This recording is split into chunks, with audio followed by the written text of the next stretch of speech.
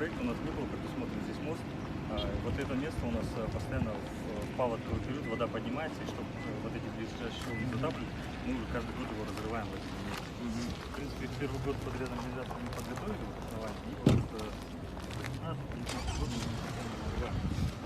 То есть здесь существующие трубы не справляются. Теперь мы в этом году в рамках трехстороннего меморандума мы, Алматы-Жуба и Родина, Родина разработали проект на мост.